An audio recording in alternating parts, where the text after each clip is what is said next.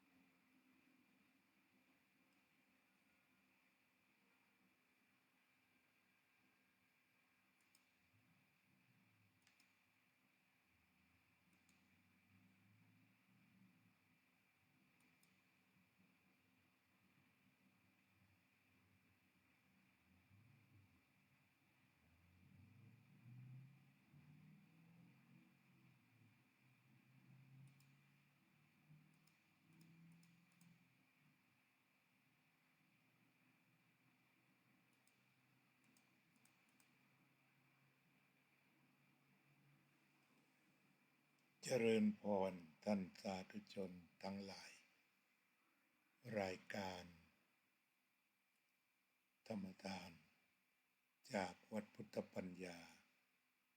เมืองโพโมนารัฐแคลิฟอร์เนียประเทศสหรัฐอเมริกามาพบกับท่านสาธุชนอีกวาระหนึ่งรายการธรรมทานจากวัดพุทธปัญญานำเสนอสารธรรมอันเป็นประโยชน์สู่ท่านสาธุชนทั้งหลายวันนี้บรรดาศิษยานุศิษย์ของหลวงพ่อพุทธทาสได้พร้อมใจกันจัดงาน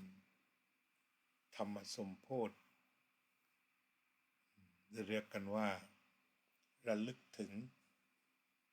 120 ปีชาตการของหลวงพ่อพุทธทาสสมัยที่ท่านมีชีวิตอยู่เมื่อถึงวันที่27พฤษภาคมของทุกปีบรรดาศิษยานุศิษย์จะไปร่วมงานล้ออายุวันล้ออายุวันนี้ตรงกับวันที่27พฤษภาคม2569ที่เมืองไทยก็ได้จัดกันไปแล้วเมื่อคืนอาตมาก็สนทนากับท่านดร.มงคลซึ่งสนใจงานหลวงพ่อพุทธทาสกันจนถึง4 ทุ่มตามเวลาที่นี่วันนี้มีเวลาสั้นๆที่จะกล่าวถึงว่าสิ่งที่เป็นจุดเด่นเมื่อวันที่27 ฤษภาคมเวียนมาทุกปีผู้ที่มีความเคารพนับถือในหลวงพ่อพุทธทาสก็จะร่วมกันรำลึกถึง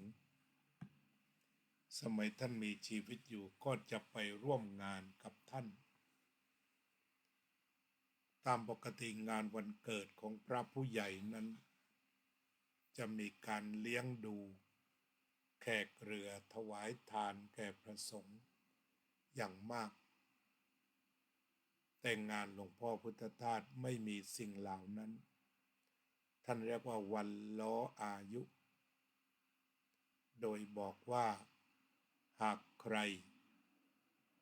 จะถวายของขวัญวันเกิดแก่ท่านในวันล้ออายุ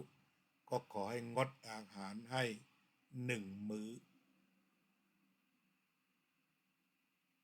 ทีนี้เหตุผลที่ว่าท่านเองก็ไม่ฉันในวันที่27หรือวันล้ออายุมีเหตุผล2 อย่างใหญ่ๆประการที่1ก็ระลึกถึงพระคุณแม่โดยการคลอดในสมัยโบราณ120 ปีที่ผ่านมานั้นแม่จะเจ็บปวดมากไม่ได้ไปคลอดที่โรงพยาบาลแต่คลอดกับหมอตำแยเป็นผู้ทำคลอดเมื่อคลอดเสร็จแล้วก็ต้องอยู่เรือนไฟซึ่งร้อนมากเพื่อให้สภาพร่างกายขับของเสียหรือขับพิษตามวิถีโบราณให้ขับเหงื่อออกให้มากที่สุดรับประทานอาหารด้วยความระมัดระวังซึ่งเรื่องราวเหล่านี้ภูมิปัญญาของหมอตำแยรู้ดีท่านระลึกถึงความเจ็บปวดในวันนี้ท่านก็เลยงดอาหารคือแทนที่จะเลี้ยงกันอย่างหนักหน่วงเพราะนึกว่าวันที่เกิดนั้นแม่มีความทุกข์มากเป็นการระลึกถึงความทุกข์ของแม่นี่ก็เป็นเรื่องที่น่าคิดที่ใครก็พาไปทำได้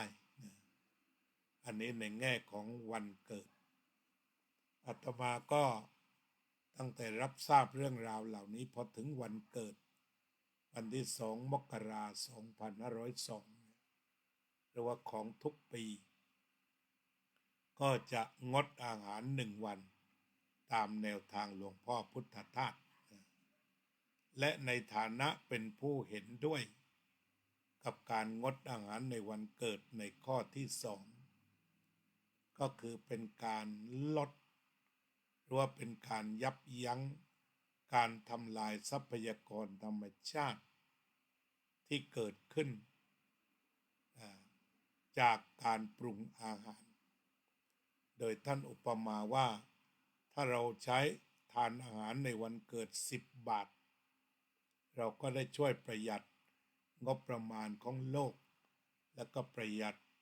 วัตถุดิบที่นำมาปรุงอาหารได้จำนวน10 บาทนั้นทีนี้ถ้า100 บาทก็หยุดได้100 บาท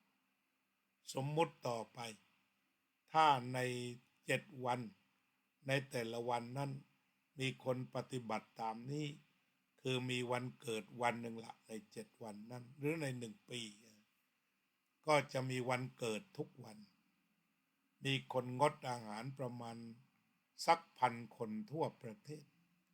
ถ้าคนละ100 บาทถ้าคนละ10 บาทก็หมื่นถ้า100 บาทก็ได้แสนเป็นการงดชะลอการทำลายการบริโภคทรัพยากรไม่ว่าจะเป็นผักไม่ว่าจะเป็นผลไม้หรือพลังงานที่นำมาใช้ก็เป็นการประหยัดทั้งทรัพยากรธรรมชาติในการนำมาปรุงทั้งพลังงานที่จะใช้ไม่ว่าจะเป็นถ่านเป็นฟืนหรือว่าเป็นพลังงานไฟฟ้าและแก๊สเหล่านี้ก็เป็นการยุติไป1 วันคือชะลอการใช้ชะลอการหมดสิ้นไป1 วันที่ถ้าช่วยกันทั้งปีเมื่อถึงวันเกิดนี้ ก็จะมีการประหยัดทรัพยากรเหล่านี้ชะลอการบริโภคชะลอความเสียหายไปเป็นเวลา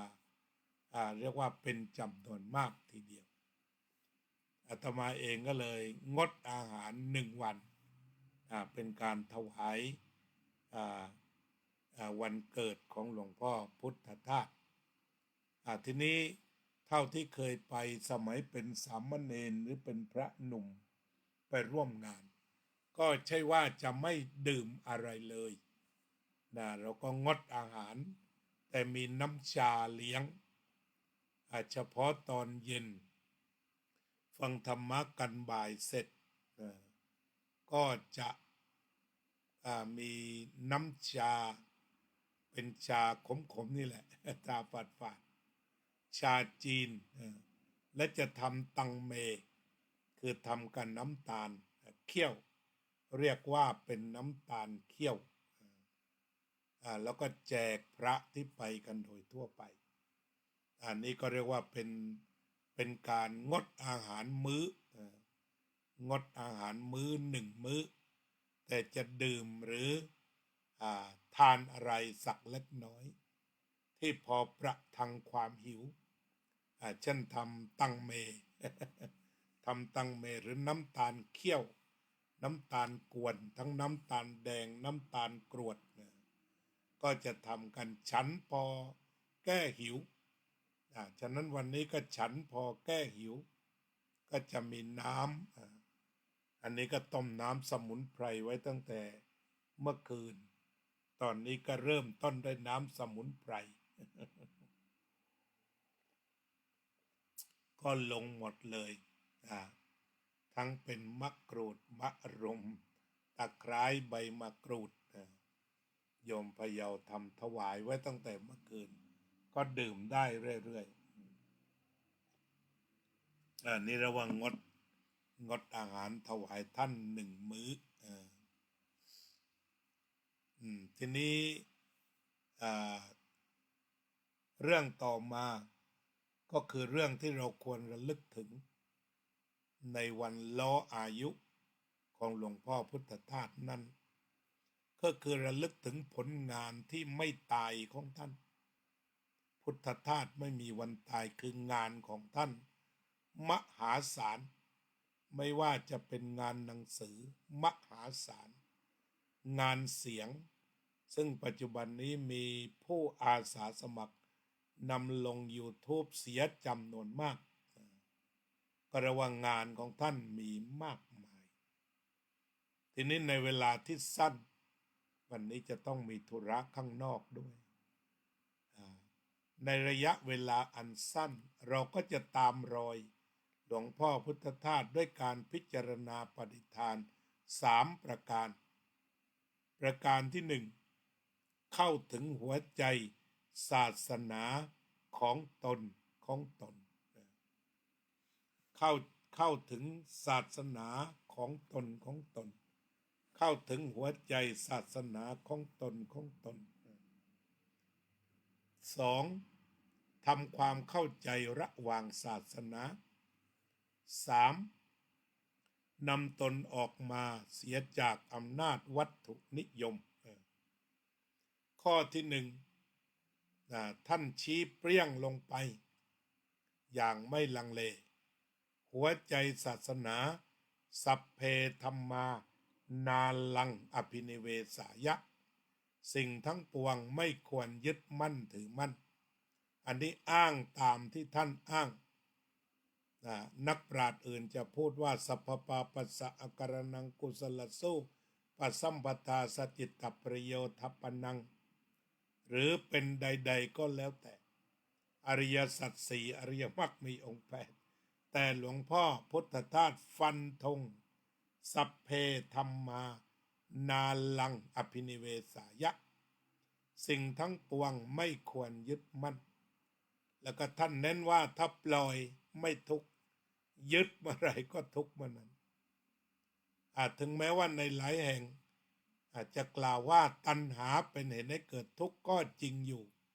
แต่ท่านอธิบายเพิ่มว่าตัณหาเนี่ยมันไปสร้างอุปาทาน นั่นก็หมายความว่าถ้ามันตัณหาย้ำบ่อยก็เท่ากับอุปาทาน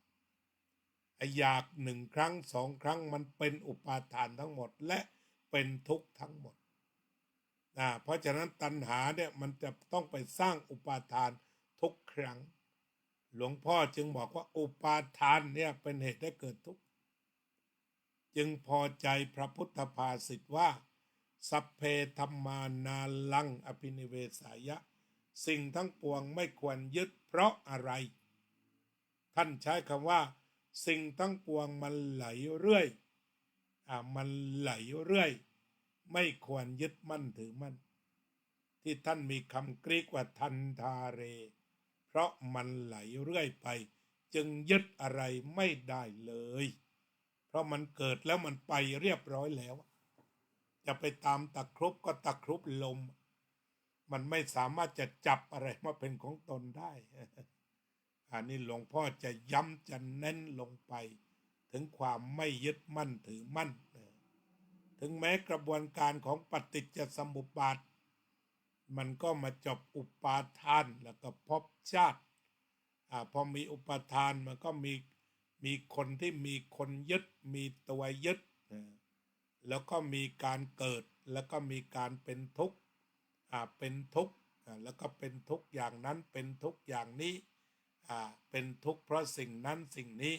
ตามกระบวนการแต่ต้องผ่านอุปาทานคือความยึดแล้วจึงจะทุกข์อันนี้คือเรื่องหัวใจของศาสนาที่หลวงพ่อได้กล่าวไว้แล้วก็แสดงธรรมอยู่แนวนี้สรุปทั้งชีวิตแสดงปรมัตถธรรมเพื่อความพ้นทุกข์อยู่9 ตาสรุปงานของท่านหัวใจพุทธศาสนาของท่านนอกจากสัพเพธัมมานาลังอภินิเวสายะก็จะเป็นเรื่องของ9 ตา9 ตาก็มีเป็นชุดนั่นก็คืออนิจจตาทุกขตาอนัตตาตรงนี้ท่านสรุปคำเดียวว่าไหลเรื่อยมันเป็นอนัตตาเพราะว่ามันไหลเรื่อยมันเป็นอนิจจังทุกขังอนัตตาเพราะมันไหลเรื่อยฉะนั้นความหมายของอนัตตาไม่ใช่ตัวตนชัดเจนเพราะไหลเรื่อยไปอันนี้อนิจจตาทุกขตาอนัตตาธรรมะทิตตาธรรมนิยามตาอิทัปปัจจยตาคือแสดงถึงความเป็น ธรรมะที่มันเป็นอยู่อย่างนั้นทรงไว้อย่างนั้นเช่นอนิจจังทุกขังอนัตตาก็คือนี่คือมันทรงไว้อย่างนั้นไม่เคยเปลี่ยนเกิดแก่เจ็บตายไม่เคยเปลี่ยนแล้วกิเลสอวิชชาตัณหาอุปาทานก็ไม่เคยเปลี่ยนเรียกว่าธรรมทิตตาธรรมนิยามตาเนี่ยลักษณะเด่นของสิ่งต่างๆเช่นดอกไม้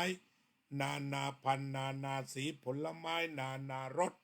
มาจากธรรมนิยามตาธรรมนิยามตาชื่อคนสมมุติต่างๆมาจากธรรมนิยามตาอิทัปปัจจยตาไม่มีสิ่งใดเกิดขึ้นลอยๆแต่อาศัยกันและกันเกิดขึ้นที่เรียกกันว่าอิทัปปัจจยตาอิทัปปัจจยตาปฏิจจสมุปบาโทอิทัปปัจจยตาคือหลักของสิ่งทั้งปวงปฏิจจสมุปบาทพูดเรื่องทุกข์กับเรื่องที่ไม่ทุกข์อันนั่นเองนี่ก็คือเรื่องที่เรียกว่าเป็นอิทัปปัจจยตา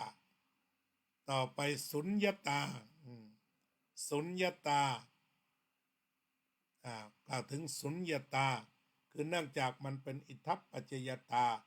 มันจึงเป็นสุญญตาสุญญตาก็เพราะว่ามันมีความว่างจากความหมายแห่งความเป็นตัวตนนั่นเองตัทตาสุญญตาตัทตาอตัมมยตาก็คือความที่ทุกอย่างหลุดพ้นไปหมดอนิจจตาทุกขตาอนัตตาธรรมทิตตาธรรมนิยามตาอิทัปปัจจยตาสุญญตา ตทัตตาอตัมมยตาอันนี้ก็เรียกว่าเป็นบทสรุปอันเป็นหัวใจสำคัญที่หลวงพ่อพุทธทาสได้นำมากล่าว นี่เรียกว่าเป็นตัว หัวใจของศาสนา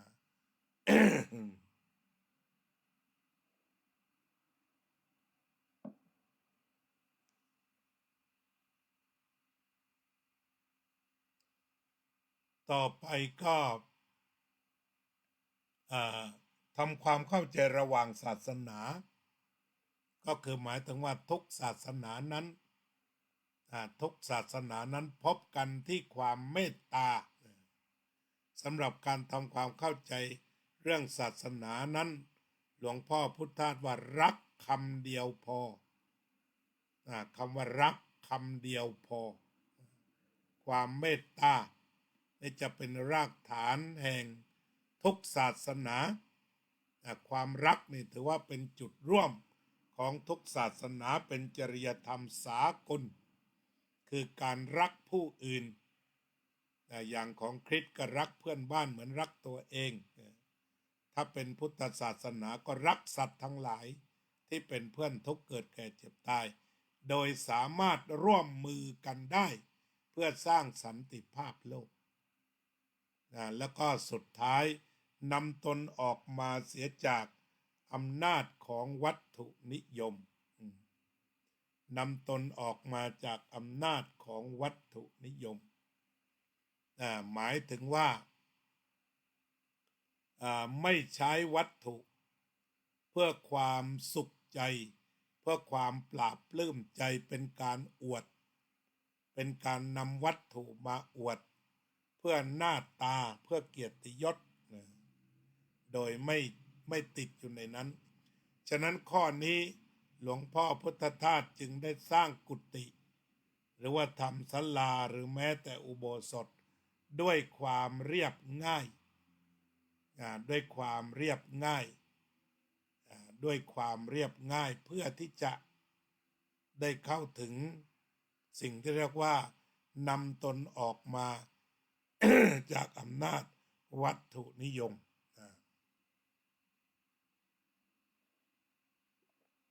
อย่างอุโบสถธรรมชาติศาลาธรรมธรรมชาติลานหินโค้งพวกนี้แสดงถึงนำตนออกมาเสียจากวัตถุนิยมซึ่งก่อให้เกิดหน้าตาชื่อเสียงแต่ได้ใช้วัตถุเพื่อเป็นเครื่องมือในการเข้าถึงธรรมรู้สึกว่าอาตมาจะจำก้าวตาไม่หมด เอาใครช่วยหน่อยใครคิดได้เอาชุดแรกอนิจจตาทุกขตาอนัตตา3แล้วนะต่อไปธรรมะทิตตาธรรมนิยามตา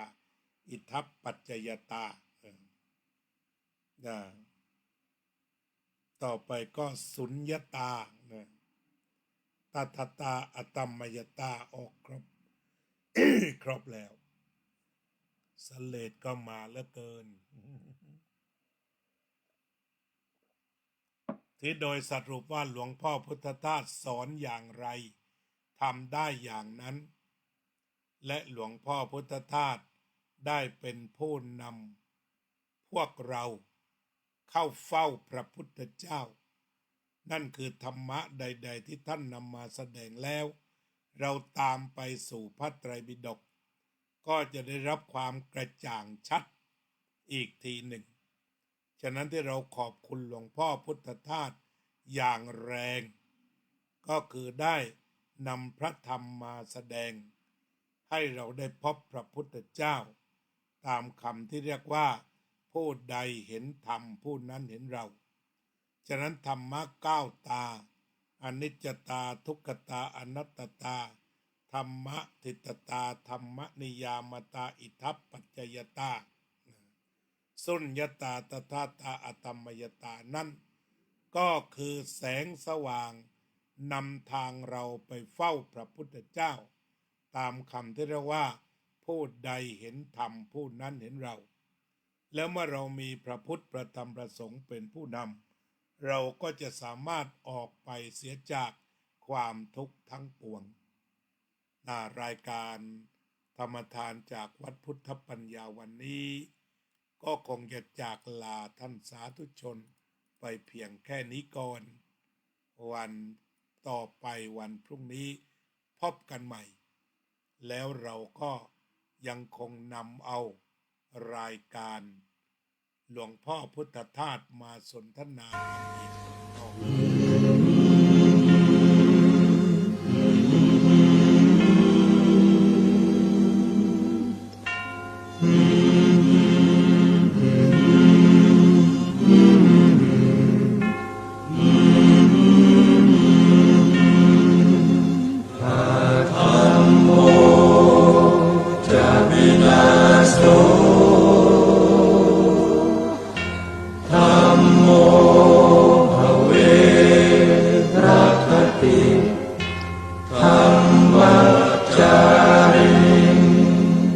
พระพุทธองค์ท่านทรงตรัสรู้เป็นสัพพัญญูตรัสสอนความจริงว่าธรรมะย่อมชนะทุกสิ่งเป็นที่พึงพิงแก่ผู้ประพฤติชอบธรรมธัมโมจะวินาโสธัมโมภเวรัคติธัมมัจจาริอำนาจใดๆก็ตามย่อมถึงความพินาศถ้าขาดธรรมะประจำไม่มีใครอยู่ค้ำฟ้าเราต่างเกิดมาใช้กรรมจงอยู่ในศีลในธรรมคิดทำแต่กรรมที่ดีธัมโมจะวินาโสธัมโมภเวรัคติธัมมัจจาริธรรมส่องสว่างสู่ทางสุขสีคำจุนโลกนี้